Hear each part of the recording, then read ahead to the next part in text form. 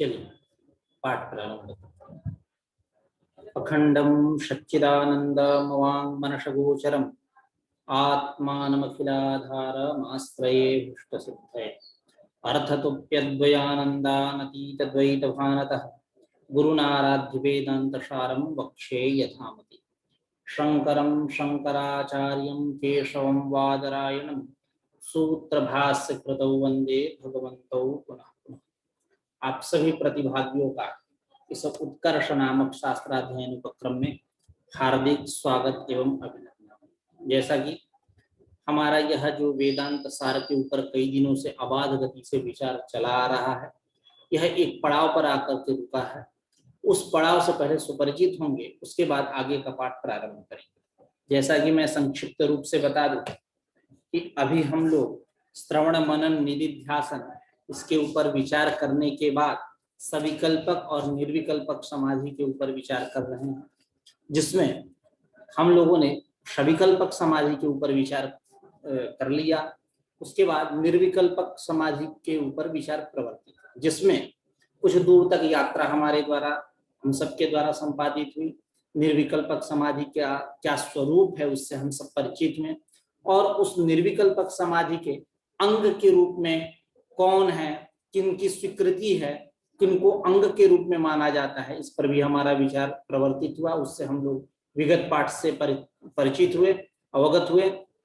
जैसा कि सदानंद ने अपने शब्दावली में कहा था, अस्यांगिनः यम नियम आसन प्राणायाम प्रत्याहार धारणा ध्यान समाधयः अंगानि, मतलब अस्यांगानि, अस्य मतलब निर्विकल्पकस्य समाधेः अंगानि इमानि अष्टौ अंगानि यमादीनि। ये जो है 8 अंग है, यम नियम आसन प्राणायाम प्रत्याहार धारणा ध्यान समाधि।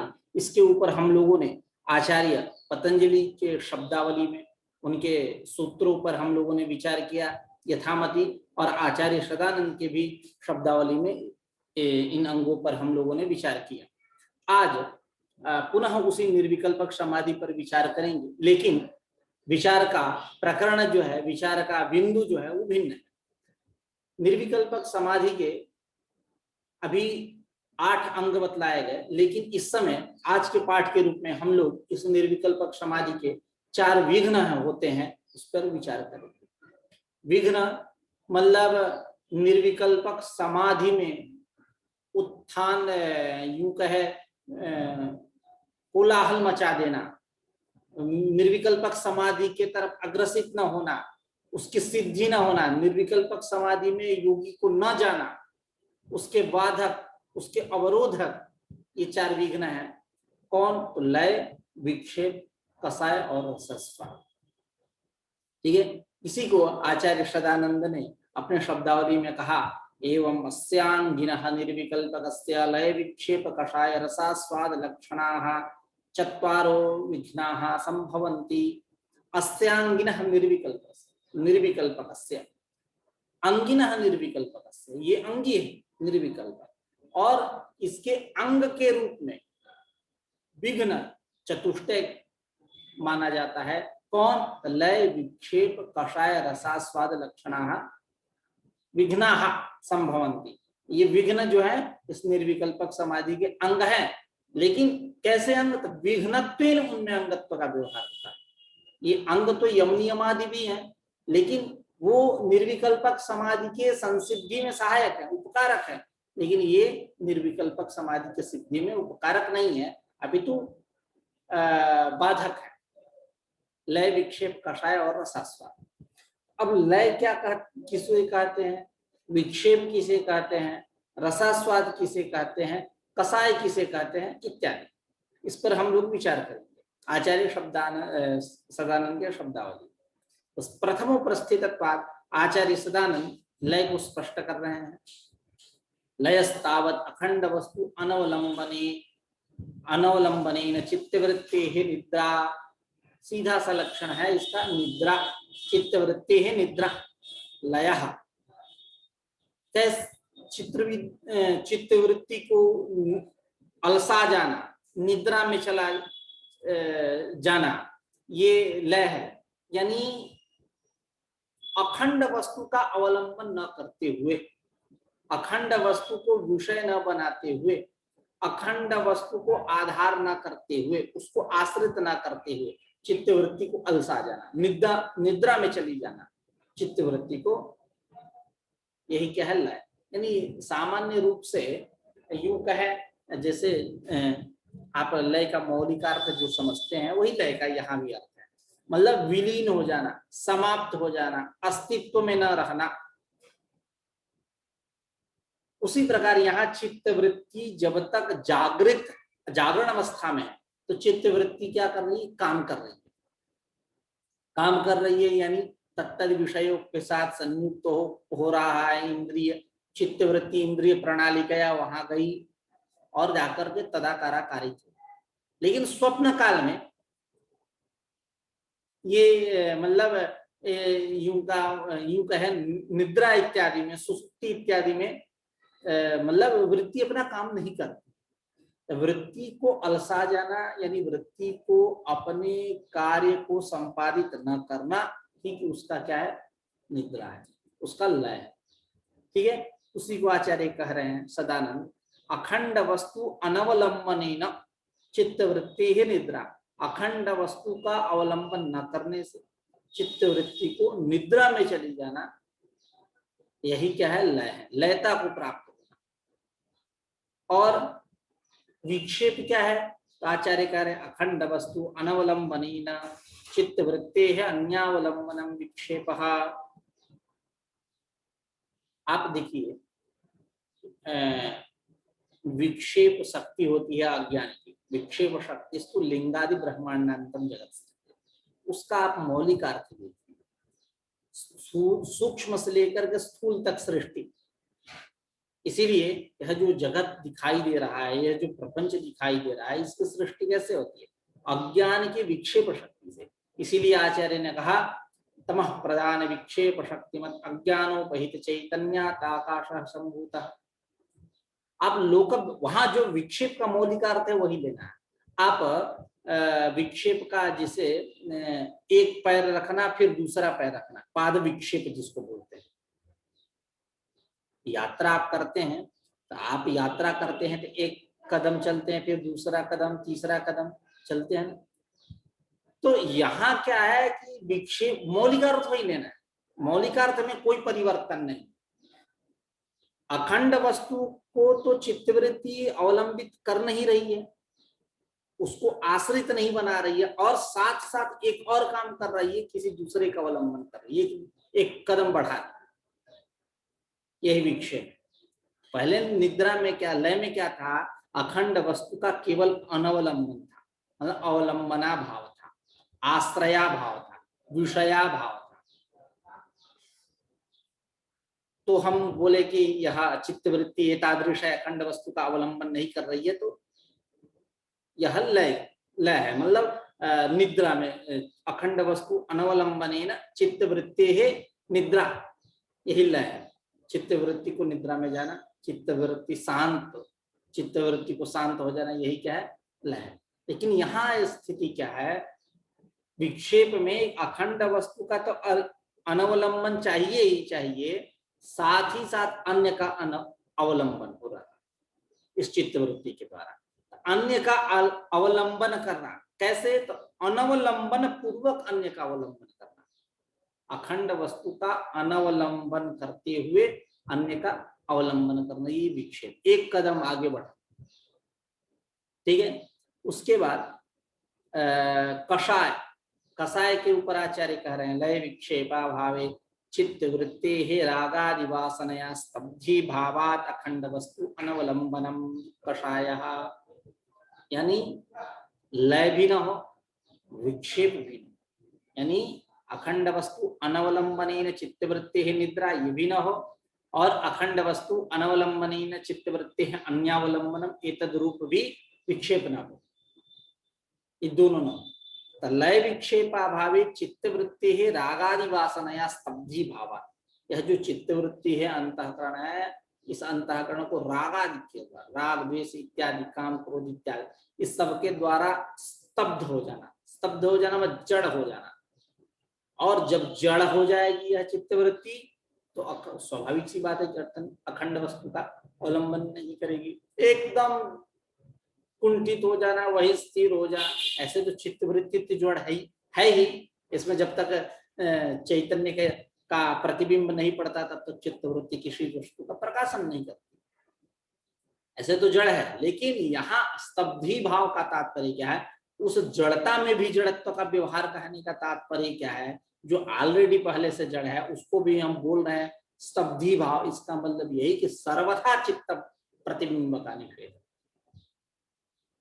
लय विक्षेपा भावे चित्त रागादि वासना, क्योंकि यह राग द्वेष काम क्रोध इत्यादि इनका स्वभाव ही है, इनकी ऐसी महिमा है, इनका ऐसा स्वरूप है कि स्तब्ध कर देते हैं, बंधन में बांध देते हैं, ये ऐसे विषय है।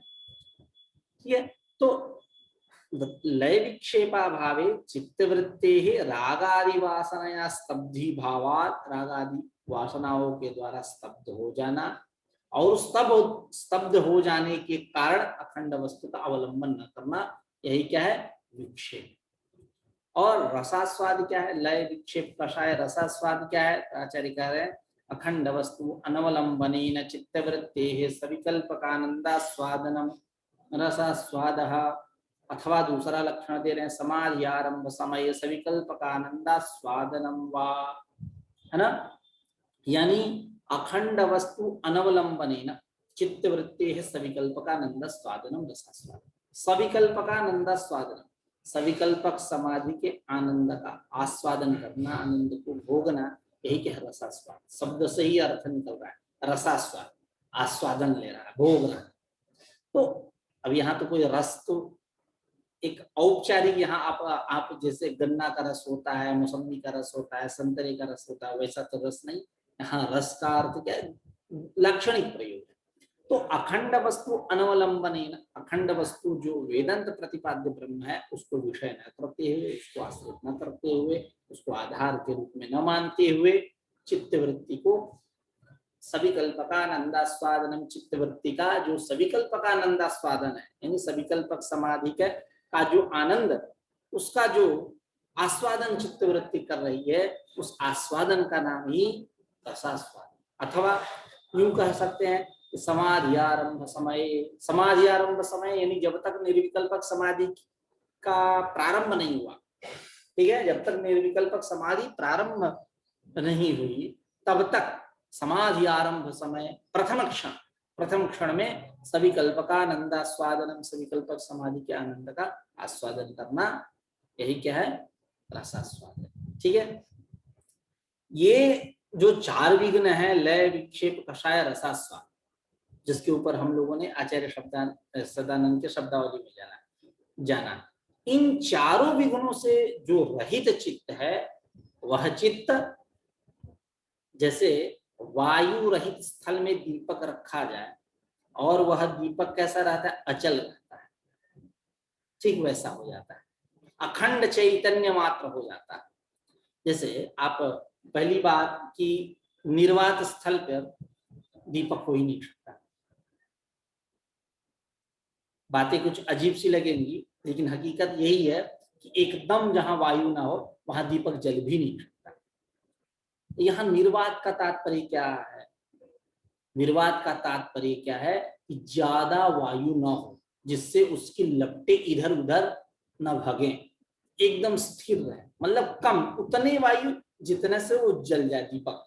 अब एकदम सर्वथा ऑक्सीजन ना रहे तो दीपक जलेगा ही नहीं। ठीक है, मतलब ज्यादा ऑक्सीजन ना हो, ज्यादा वायु ना हो, कुछ जैसे आप खुले आसमान के नीचे या अन्यत्र कहीं पंखे उंखे के नीचे आप दीपक को जलाइए और हवा पंखा चलता रहेगा तो उसकी तो जलेगा नहीं। दूसरी बात, यदि कथनचित आप तोप ताप के ढकों पे जला दिए तो वैसे ऐसे हिलता रहेगा, उसकी जो दीप शिखा है वो हिलती रहेगी, लपटें हिलती रहेंगी। इसका तात्पर्य क्या, निर्वात मतलब वायु रहित। वायु रहित का तात्पर्य कम वायु, जिससे उसकी लपटें हिले ना, ध्यान लगा सके, ऐसा। अचलता जहां हो, चलता ना हो, चंचलता ना हो, ऐसा। तो जब यह चार विघ्न रहते हैं तो व्यक्ति कभी अचल हो ही नहीं सकता। योगी कभी अचल हो ही नहीं सकता। सब क्या कैसा रहेगा, चंचल रहेगा, इधर उधर, कभी अपना लय कमाल दिखाएगा, कभी विक्षेप, कभी रसास्वाद, कभी विक्षेप कसाय, ये सब दिखाते रहेंगे। अचल व्यक्ति हुई नहीं। अचल कब होगा, जब ये चार विघ्न न रहे। अनेन विघ्न चतुष्टयेन विरहितम चित्तम, रहितम चित्तम, जो रहित चित्त है वह चित्त निर्वात दीपवत, निर्वात दीप के समान, मतलब वायु रहित स्थल में जिस प्रकार दीपक है, कम वायु स्थल वाले स्थान में जिसे दीपक अचल रहता है, हिलता नहीं है, उसकी लपटे, उसकी शिखा हिलती नहीं है, ठीक उसी प्रकार अखंड चैतन्य मात्रम अवतिष्ठते कौन, चित्तम। यह चित्त जो है चैतन्य मात्र बन जाता है।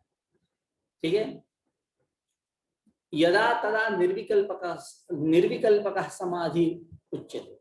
जैसा कि हम लोगों ने पूर्व में भी विचार किया, कतक रजन न्याय की जब चर्चा चल रही थी, जब अखंडाकाराकारी चित्त वृत्ति बन रही थी, ब्रह्माकाराकारी, अखंडाकाराकारी, तो वहां वह वृत्ति उस ब्रह्म को विषय बना करके उसके अज्ञान को नष्ट की। उसके अज्ञान जब नष्ट हो गए, अज्ञान का कार्य ही वृत्ति है, तो वृत्ति भी नष्ट हो जाएगी। उसके बाद बात ये चली थी कि उस वृत्ति में जो प्रतिबिंबित चैतन्य उसका क्या होगा, तो वहां जिसको हम चिदाभास बोलते हैं, तो आचार्य ने कहा था कि ब्रह्म मात्रम उपतिष्ठते, तो वही पैटर्न यहाँ भी मान लीजिए। ठीक है। चैतन्य मात्रम भवति कौन, चित्तम। जब विघ्न चतुष्टय से रहित यह चित्त रहेगा, न उसमें लयता भी नहीं रहेगी, लय विक्षेप भी नहीं रहेगा, कषाय भी नहीं रहेगा, और रसास्वाद भी नहीं रहेगा। इन सबसे रहित जो चित्त है वह चित्त निर्वात दीपवत, वायु रहित, कम वायु वाले स्थान में जिस प्रकार दीपक रहता है, ठीक उसी प्रकार यह चित्त बना रहेगा। और अखंड मात्रम भवति, अखंड मात्रम अवतिष्ठते, ब्रह्म मात्र रहेगा। ठीक है। यदा एवं स्थिति जायमाना भवति तदा निर्विकल्पकः समाधि इत्युच्यते। जब यह स्थिति होगी चित्त की, तब उसको हम बोलेंगे निर्विकल्पक समाधि। कोई वहां विकल्प की प्रतीति नहीं होगी, किसी विकल्प भेद विभाग की प्रतीति नहीं होगी, सब एक ही आपको प्रतीत होगा, अखंड ही दिखाई देगा, कोई भेदक ज्ञान नहीं, संसर्गावगाहन वहां नहीं होगा, ठीक है, वैशिष्ट्यावगाहन नहीं होगा। ठीक है। ईदमेव तत्त्वमस्यादि वाक्यानाम अखंडार्थत्वम्, यही संसर्ग का अवगाहन न होना, यही तत्त्वमस्यादि वाक्यों का अखंडार्थ है। संसर्गा संगी संव्यक्ति हेतुताया गिरामियम उक्ता खंडार्थता यद्वा तत्प्रातिपदिकार्थता। संसर्गा संगी संव्यक्ति, संसर्ग असंगी, संसर्ग मतलब संबंध, असंगी मतलब अनवगाही, संसर्गानवगाही आ गया। संसर्गा संगी, सम्यक धी, सम्यक मतलब समीचीन, धी मतलब ज्ञानम, धी मतलब बुद्धि ज्ञानम कह लीजिए। तो संसर्गा संगी सम्यक धी, संसर्ग संबंध, असंगी अनवगाही, सम्यक मतलब समीचीनम, धी मतलब ज्ञानम, गिरामियम, गिराम वाणी नाम इयम, या ही हेतुता, कीदृशी हेतुता, संसर्गा संगी सम्यक धी, यानी संसर्गा व नवगाही यथार्थ ज्ञान जनकत्वम निर्विकल्पकत्व, यही है निर्विकल्पक का लक्षण, यही अखंडार्थता है। उक्ता अखंडार्थता यद्वा, यही अखंडार्थता, तत् यद्वा तत्प्रातिपदिकार्थता अथवा प्रातिपदिकार्थ मात्र परत्वम अखंडार्थत्वम।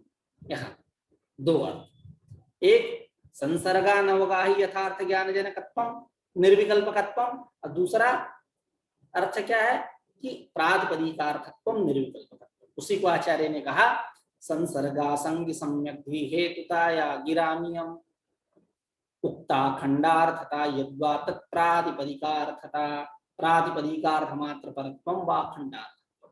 तो जब ये चारों चित्त विघ्नों से रहित रहेगा, चित्त लय विक्षेप कषाय रसास्वाद इनसे से रहित रहेगा, यह चित्त असंश्लिष्ट रहेगा, तब यह चित्त कैसा दिखेगा? निर्वात दीप के समान।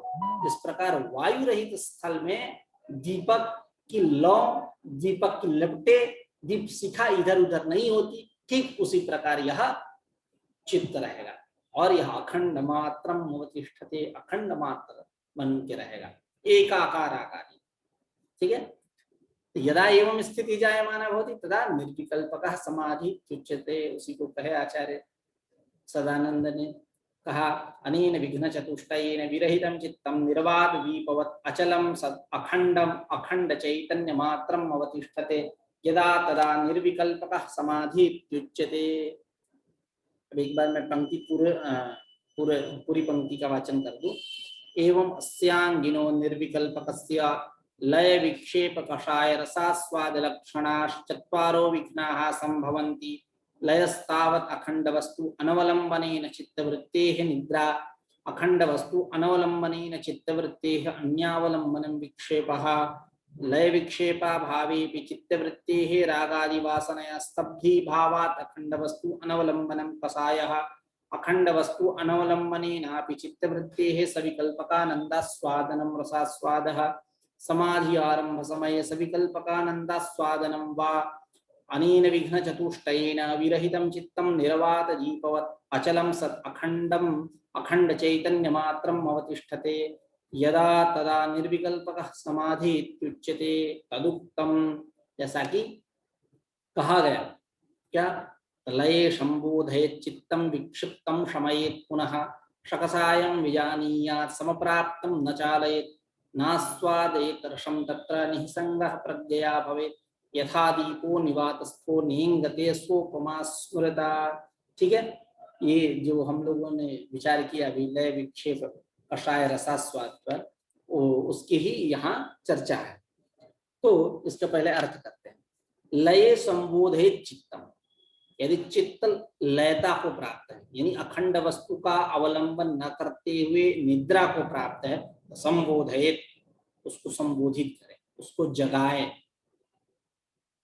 विक्षिप्तम शमयित, और यदि चित्त विक्षिप्त हुआ, अखंड वस्तु का अवलंबन न करके अन्य का अवलंबन कर रहा है, तो विक्षेपावस्था में है, विक्षेप है चित्त का, तब उस चित्त को हम क्या करें? विक्षिप्त चित्त को हम क्या करें? शमयित, उसका समन करें। ठीक है, निग्रह करें।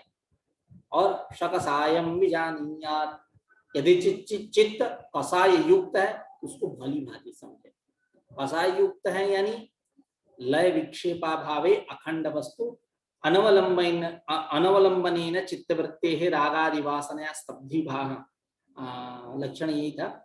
लय विक्षेपा भावे चित्तवृत्तेः, लय विक्षेपा भावे चित्तवृत्तेः रागादि वासनया स्तब्धी भावत अखंड वस्तु अनवलंबनम। यहाँ लय विक्षेप न हो, उनका भाव होने पर भी चित्तवृत्ति जो रागादि, राग द्वेष काम क्रोध, जिन सबके द्वारा, आदि से ले लीजिए, इन सबके द्वारा स्तब्ध हो गई है, जड़ हो गई है, और हो करके अखंड वस्तु का अवलंबन नहीं कर रही है। देखिए, जैसा कि मैंने पूर्व में भी कहा, वृत्ति ऑलरेडी जड़ है, पहले से ही जड़ है। जब उसमें चैतन्य की छाया पड़ती है तब वह वृत्ति किसी भी विषय का प्रकाशन करती है, घट पट मट इत्यादि जो भी। अब ऑलरेडी जो पहले से जड़ है उसी को फिर स्तब्धी भावात अखंड वस्तु अनवलंबनम, स्तब्धी भाव बोलना, ये तो बदतो व्याघात हुआ है। माता में बंध्या, मेरी माता बंध्या, तो माता भी बोल रहे और बंध्या भी बोल रहे, तो बदतो व्याघात हो गया। तो इसका तात्पर्य क्या है? तो इसका तात्पर्य यही है कि अखंड वृत्ति भी, चित्तवृत्ति, जड़ चित्तवृत्ति भी घटाकाराकारिक, पटाकाराकारिक, मठाकाराकारिक हो सकती है, होती है। चैतन्य की छाया पड़ती है, तदाकाराकारिक होती है, उस विषय का प्रकाशन होता है चिदाभास है। ठीक है, लेकिन जब रागादि उस पर चढ़ जाएंगे, रागादियों के कारण वो आक्रांत हो जाएगी चित्तवृत्ति, तो उसमें वो भी सामर्थ्य नहीं रहेगा।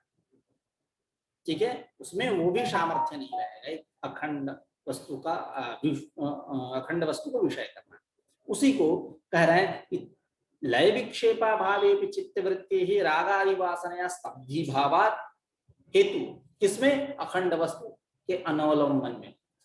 स्तब्धी भावात अखंड वस्तु अनवलंबनम कषायः सकषायम बीजानीया, यानी कषाय युक्त जो चित्त है उस चित्त को आप जानो। और शम प्राप्तम न चालयेत, और यदि चित्त शम को प्राप्त है ना, शम को प्राप्त है, निग्रह को प्राप्त है, शांत है, उसको न चालयेत, उसको चलायमान न करो। एकदम आराम कर रहा है तो आराम करने दो, निग्रह हुआ है तो। और नास्वादयेत रसम तत्र निःसंगः प्रज्ञया भवेत्, प्रज्ञा बुद्धिया। पहली बात, नास्वादयेत रसम, रसम नास्वादयेत, रस का यानी सविकल्पकानंदास्वादनम रसास्वादन। अभी हम लोगों ने जो चौथा विघ्न है उस पर विचार किया कि अखंड वस्तु अनवलंबनेनापि चित्तवृत्तेः सविकल्पकानंदास्वादनम रसास्वादः, अथवा समाधि आरंभ समय सविकल्पकानंदास्वादनम वा, हम लोगों ने विचार किया ये रसास्वाद है। तो नास्वादयेत रसम, रसम न अस्वादयेत, उसका भोग न करे। तत्र निःसंगः प्रज्ञया भवेत्, तत्र तस्मिन् काले निर्विकल्पक समाधौ, निर्विकल्पक समाधि में प्रज्ञया बुद्धिया निःसंगः भवेत्। निःसंगः मतलब एकदम संसर्ग रहित हो, मतलब अनासक्त हो, अनासक्त बना रहे। ठीक है, एक तरह से न्यू कहे उपदेश है। यथा दीपो निवातस्थो नेंगते सोपमा स्मृता, यथा जिस प्रकार निवातस्थ दीप जो है नेंगते, वही इधर उधर नहीं हिलता, उसकी दीप शिखा, उसकी लौएं इधर उधर नहीं जाती, ठीक वही सा उपमा स्मृता, किसके विषय में? निर्विकल्पक समाधि के विषय में। यह उपमा स्मृता कथिता, एतादृशी उपमा सा उपमा निर्विकल्पक समाधि विषय आचार्य ही भणिता कथिता स्मृता, यही उपमा दी गई। पुनः एक बार मैं वाचन कर दूं। लय संबोधयेत् चित्तं विक्षिप्तं शमयेत्, पुनः शकषायं विजानीयात् शम प्राप्तं न चालयेत्, नास्वादयेत् रसं तत्र निःसंगः प्रज्ञया भवेत्, यथा दीपो निवातस्थो नेंगते सोपमा स्मृता इति च। ठीक है, अब इसके बाद यहां तक निर्विकल्पक समाधि के विषय में हम लोगों ने जाना। अब मतलब यूं कहे तो निर्विकल्पक समाधि और सविकल्पक समाधि की चर्चा हो गई। अब आचार्य सदानंद अंतिम एक विषय जीवन मुक्ति उसको समझाएंगे और यूं कहे ग्रंथ की समाप्ति हो जाएगी। मतलब जीवन मुक्ति और समाप्ति, ग्रंथ की समाप्ति, यही इसका लास्ट विषय है। हम लोगों ने कारण शरीर को जाना, सूक्ष्म शरीर को जाना, स्थूल शरीर को जाना, उसके अवान्तर भेद उपभेद चर्चाओं से हम लोग परिचित हुए। अब ये तत्त्वमसि इत्यादि महावाक्य से हम लोग परिचित हुए, उसके बाद अहम ब्रह्मास्मि से परिचित हुए इत्यादि, सविकल्पक निर्विकल्पक से परिचित हुए। अब जीवन मुक्ति से परिचित होंगे। तो जीवन मुक्त सर्वप्रथम सामान्य रूप से जानेंगे, जीवन मुक्त और विदेह मुक्त, इन दोनों में अंतर क्या है, यानी जीवन मुक्ति और विदेह मुक्ति में अंतर क्या है। जीवन मुक्ति का तात्पर्य क्या है? जीवितः सति मुक्ति, जीते हुए मुक्ति। मतलब जैसे योगी लोग होते हैं, स्थित प्रज्ञ होते हैं, मतलब जीते ही हैं, एकदम स्वच्छंद रूप से अपना आहार विहार कर रहे हैं पूर्व वासनाओं के समान। जैसे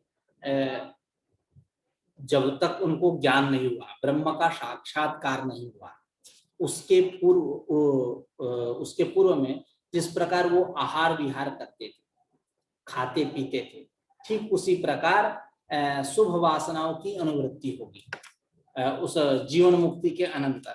और जितने ये गुण हैं इस संसार में, अमानित्व इत्यादि, अद्वेष करना, द्वेष न करना, मानस न करना, घमंड गर्व इत्यादि न करना, इत्यादि जितने सद्गुण है सब अलंकार के समान उसको विषय बना लेते हैं, उसके पास आ जाते हैं, उस जीवन मुक्त के पास।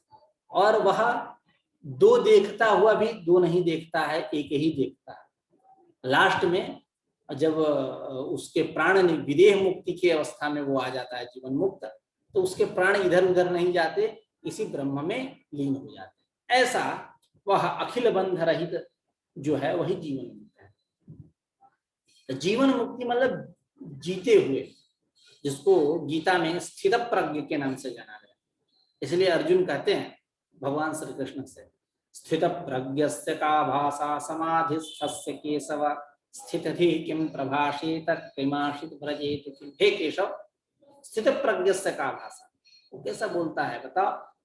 स्थित प्रज्ञस्य का भाषा समाधिस्थस्य केशव, समाधिस्थस्य स्थित प्रज्ञस्य का भाषा स्थितधि किम प्रभाषेत, वो कैसे बोलता है, किमाशित व्रजेत, कैसे वो चलता है, कैसे रहता है, इत्यादि ये सब बात बताओ। यही स्थित प्रज्ञ योगी जीवन मुक्त इत्यादि नामों से जाना जाता है। मतलब जीवित रहते हुए मुक्ति। विदेह मुक्ति मतलब इस चोला को, इस मानव शरीर को, देह को छोड़ देना, यही विदेह मुक्ति है। दोनों में ब्रह्म साक्षात्कार प्रयोजक है, जीवन मुक्ति हो या विदेह मुक्ति। लेकिन जीवन ब्रह्म साक्षात्कार दोनों जगह प्रयोजक है, लेकिन कुछ अंतर है। अंतर क्या है? तब तक यह नहीं मर रहा है जीवन मुक्त, तस्य तावदेव चिरम यावन्न विमुक्षेत संपत्ति ना भुक्तम क्षीयते कर्म, जब तक इसके के प्रारब्ध कर्म नष्ट नहीं होते। जैसा कि हमने पूर्व में भी विचार किया, हम सब ने प्रारब्ध गीता के संदर्भ को देते हुए एक पूर्व पक्ष हुआ था, ज्ञानाग्नि सर्वकर्माणि भस्मसात् कुरुते अर्जुन। हे अर्जुन, यह ज्ञान रूप अग्नि जो है सारे कर्मों को नष्ट कर देती है। और क्षीयन्ते चास्य कर्माणि तस्मिन् दृष्टे परावरे, अभी आएगा, विद्यते हृदय ग्रंथिश्छिद्यन्ते सर्व संशयाः क्षीयन्ते चास्य कर्माणि तस्मिन् दृष्टे परावरे। सारे कर्म नष्ट हो जाते हैं उस ब्रह्म ज्ञान से, तो कुछ बचेगा ही नहीं। तो कैसी जीवन मुक्ति, कैसा उसका अवस्थान, उसको रुकना नहीं चाहिए, तुरंत 9 2 11 हो जाना चाहिए। कैसा अवस्थान उस पुरुष का, उस पे कहते हैं कि नहीं, तस्य तावदेव चिरम यावन्न विमुक्षेत संपत्ति, उसको तभी तक मुक्त होने में देर है जब तक उसके प्रारब्ध कर्म नष्ट नहीं, क्योंकि ना भुक्तम क्षीयते कर्म, जब तक आप कर्मों का भोग नहीं कर लोगे तब तक नष्ट नहीं होंगे। चक्र भ्रमिवत धृत शरीर, जैसे कुंभकार क्या करता है, चक्का चलाता है डंडे से घट इत्यादि बनाने के लिए, पात्र इत्यादि बनाने के लिए, और उसके बाद कुछ देर चला करके स्पीड दे करके, गति दे करके दंड हटा देता है और अपनी क्रिया करता है।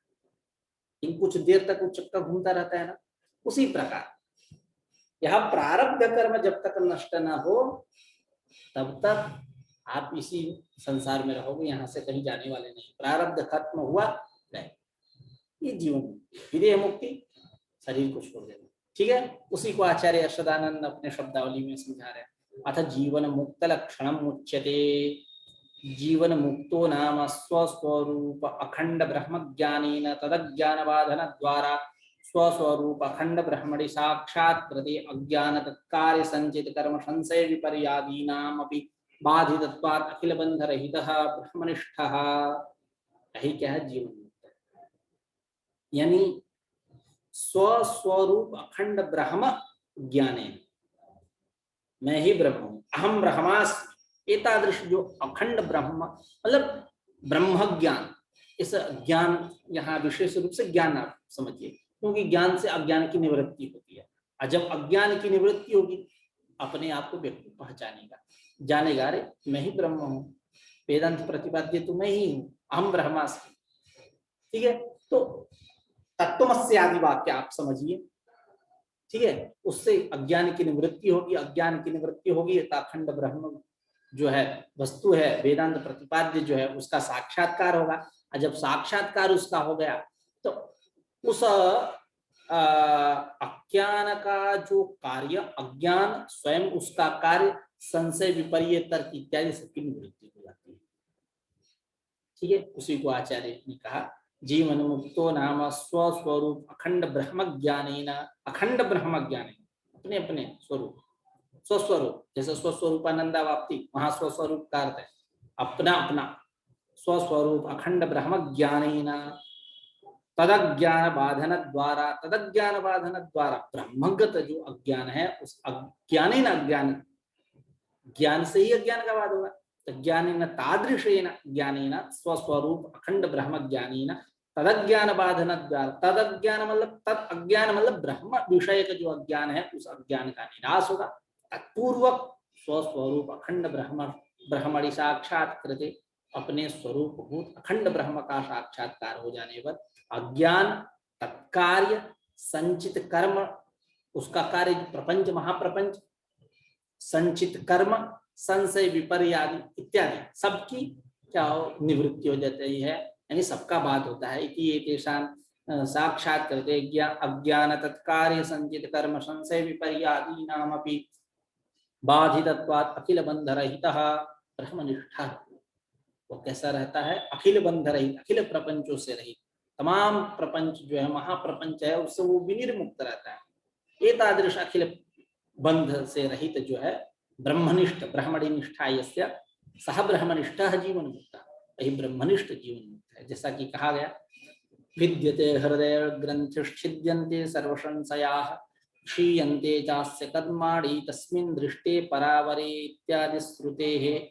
भिद्यते हृदय ग्रंथि, नीचे वाली पंक्ति चतुर्थ पाद को पहले पकड़िए।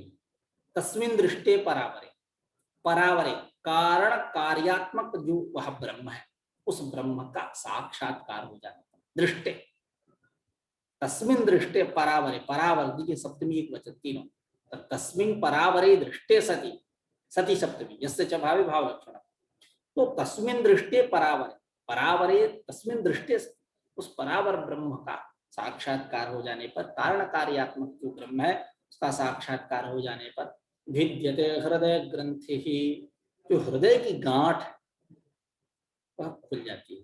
फिदिर विदारण, भिद्यते विदारण हो जाता है उसका, विदारण विदीर्ण हो जाता है हृदय ग्रंथि। छिद्यन्ते सर्व संशया, अब सारे संशय छिद्र वैधीकरण चले जाते हैं, सारे संशय। क्षीयन्ते चास्य कर्माणि, और इसके सारे कर्म नष्ट हो जाते हैं। तब वह कैसा होगा? अखिल बंध रहित होगा। और वो जब अखिल बंध रहित रहेगा तो उसी को हम बोलेंगे जीवन मुक्त, वही ब्रह्मनिष्ठ जीवन मुक्त हो। इसी को ऊपर आचार्य ने सदानंद ने अपने शब्दावली में कहा, मैं एक बार पंक्ति वाचित हूँ। अथा जीवन मुक्त लक्षणम उच्यते, जीवन मुक्तो नाम स्वस्वरूप अखंड ब्रह्म ज्ञानेन तदज्ञान बाधन द्वारा स्वस्वरूप अखंड ब्रह्मणि साक्षात्कृते अज्ञान तत्कार्य संचित कर्म संशय विपर्यादीनामपि बाधितत्वात् अखिल बंध रहितः ब्रह्मनिष्ठः, ब्रह्मनिष्ठः भिद्यते हृदय ग्रंथिश्छिद्यन्ते सर्वसंशयाः क्षीयन्ते चास्य कर्माणि तस्मिन् दृष्टे परावरे इत्यादि श्रुतेः। ठीक है, उसके बाद अयं तो व्युत्थान समय मांस शोणित मूत्र पुरीषादि भाजनेन शरीरेण आंध्य मांद्य पटुत्पादि भाजनेन इंद्रिय ग्रामेण अश्नाया पिपाशा शोक मोहादिक भाजनेन अंतःकरणेन च पूर्व पूर्व वासनया क्रियमाणानि कर्माणि भुज्यमानानि ज्ञाना विरुद्धारब्ध फलानि च पश्यन्नपि बाध्यत्वात् परमार्थतो न पश्यति।